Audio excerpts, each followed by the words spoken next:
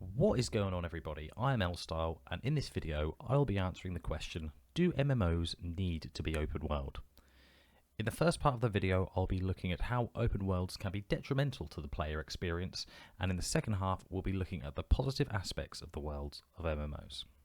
One of the main reasons that I play MMOs is for the sense of adventure and exploration that they have to offer. The open world element of MMOs is the reason that they feel like this. Being able to go wherever you want gives the player a sense of adventure, mystery and freedom to explore as they see fit. Well, most of the time. MMOs have been known to force players into certain areas or zones.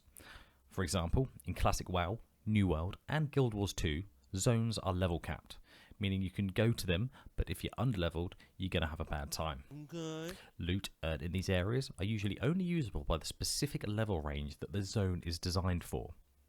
If you manage to kill some enemies or find some items in these zones, the loot will mostly only be usable once you have hit the level that the zone requires you to be, making it pointless to even be there in the first place.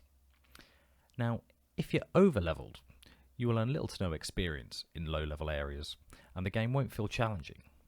Sure, it feels nice to go around and one-shot enemies, but it gets old pretty quickly, and the loot will usually be such low level it's not even worth picking up.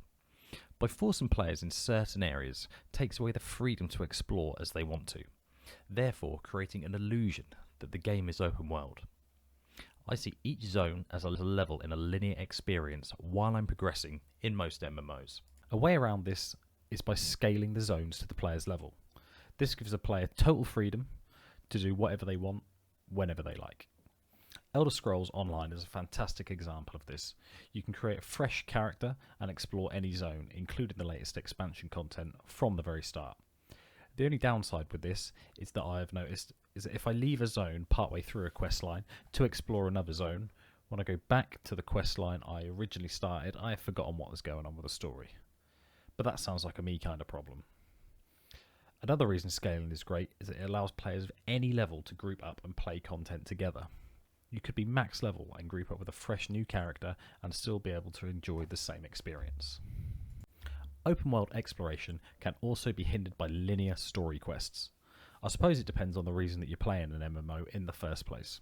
But some people want the story, others would rather be raiding or running dungeons.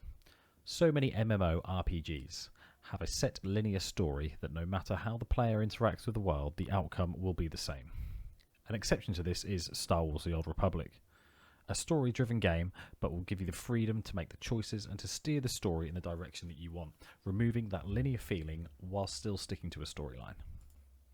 If you're enjoying this video, please consider dropping a like and subscribing to the channel.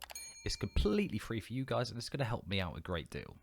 I'll also stream over on Twitch throughout the week around 7:30 PM UK time. We'll leave a link down in the description below. Open worlds really come into their own when giving the player the option to go back and play previous or older content. There is so much to do in MMOs, it would be a shame just to let all that content just sit there. Achievements, transmog items, story quests and lore are all great reasons to go back and play through old content. Exploring these worlds, in my opinion, are one of the funnest things to do. Seeing a city or a certain landscape off in the distance and wondering to yourself, what's over there? Done properly, it can act as a carrot on a stick, keeping the player engaged and wanting to keep on exploring. Travel through open worlds can be a challenging one to get right. Boring movement mechanics mixed with a large travel distance is just boring. Fast travel is a great way to get around, but this also has its drawbacks. It's great if you press for time. For example, you're like me, you're a dad, got a busy work life and have very limited time to game, but it does run the risk of the player just fast travelling from main quest to main quest, missing out on XP from enemies that would otherwise be encountered along the way. We're missing out on item drops that could benefit the player in the long run, and missing out on this beautiful scenery that these worlds have. I try not to fast travel too much for this exact reason. I mean, you spent a lot of money on your system and the game, you might as well get all the fun out of it that you can.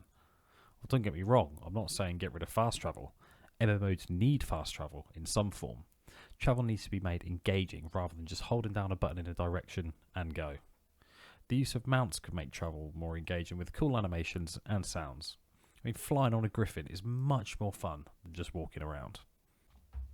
In conclusion, it really depends on the type of experience you want from an MMO. If you're looking for more storage of an experience, then no, the open world element doesn't really matter that much in my opinion.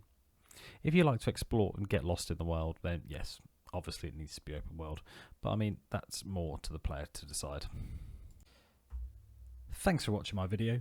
If you enjoyed it, then please be sure to drop a like and make sure you hit that subscribe button. We'll see you in the next one.